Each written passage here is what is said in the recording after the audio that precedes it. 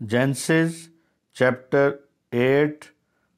verses 1 plus 22 recitation 8 پیدائش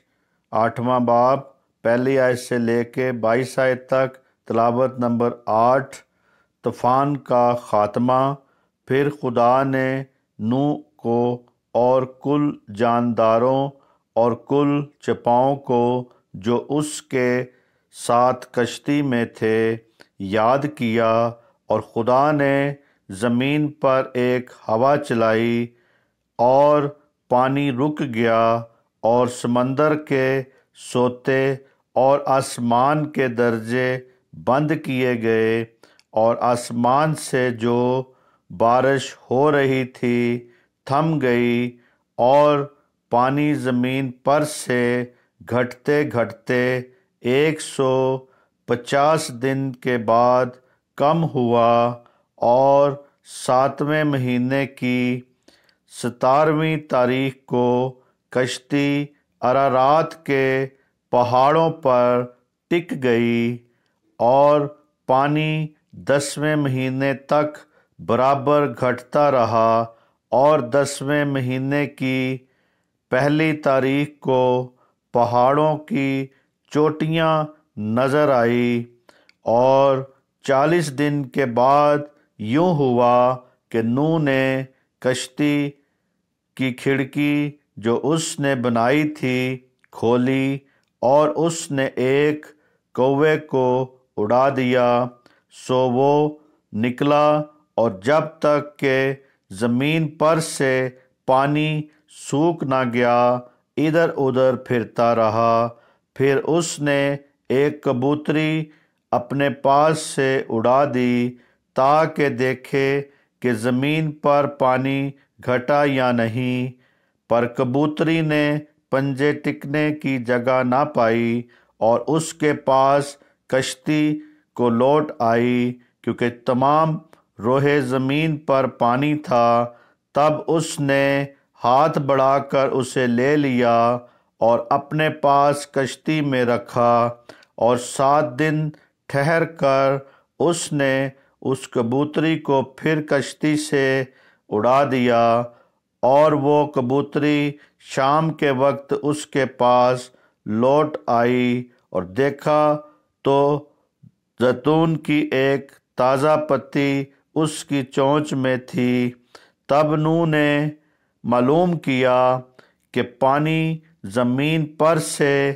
کم ہو گیا ہے۔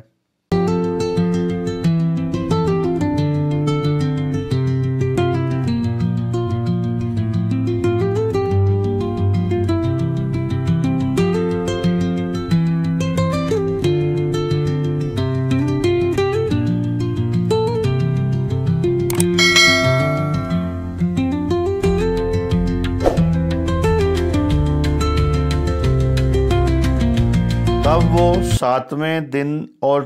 ٹھہرا، اس کے بعد پھر اس کبوتری کو اڑایا، پر وہ اس کے پاس پھر کبھی نہ لوٹی، اور 601 برس کے پہلے مہینے کی پہلی تاریخ کو یوں ہوا کہ زمین پر سے پانی سوکھ گیا، اور نوح نے کشتی کی چھت کھولی اور دیکھا کہ زمین کی سطح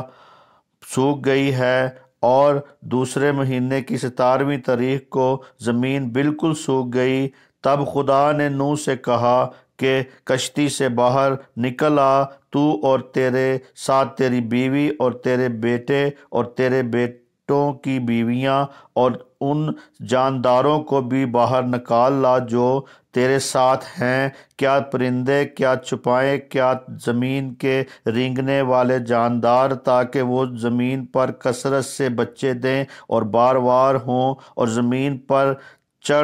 بڑھ جائیں۔ تب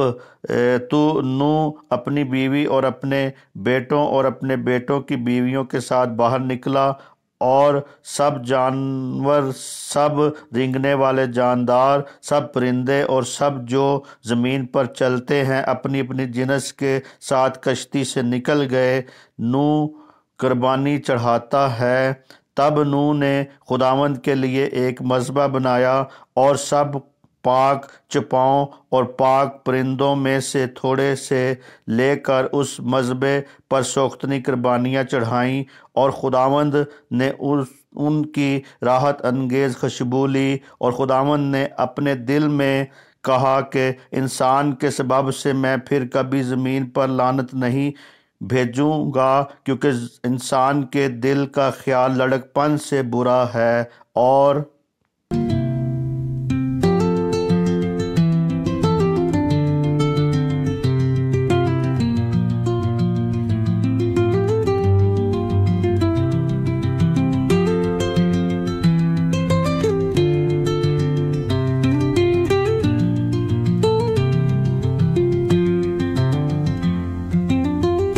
نہ پھر سب جانداروں کو جیسا اب کیا ہے ماروں گا، بلکہ جب تک زمین قائم ہے بیج بونا اور فصل کاٹنا، سردی اور تپش، گرمی اور جاڑا، دن اور رات موقوف نہ ہوں گے۔ خدا کے پاک کلام کے پڑھے اور سنے جانے پر آپ سب کو خدا بڑی بڑی برکت دے اور آپ کے خاندانوں کو اپنی حفاظت میں رکھے، اور یہ کلام روز پڑھنے کی، سننے کی خدا آپ کو توفیق بخشے۔ آمین، آمین، ثم آمین۔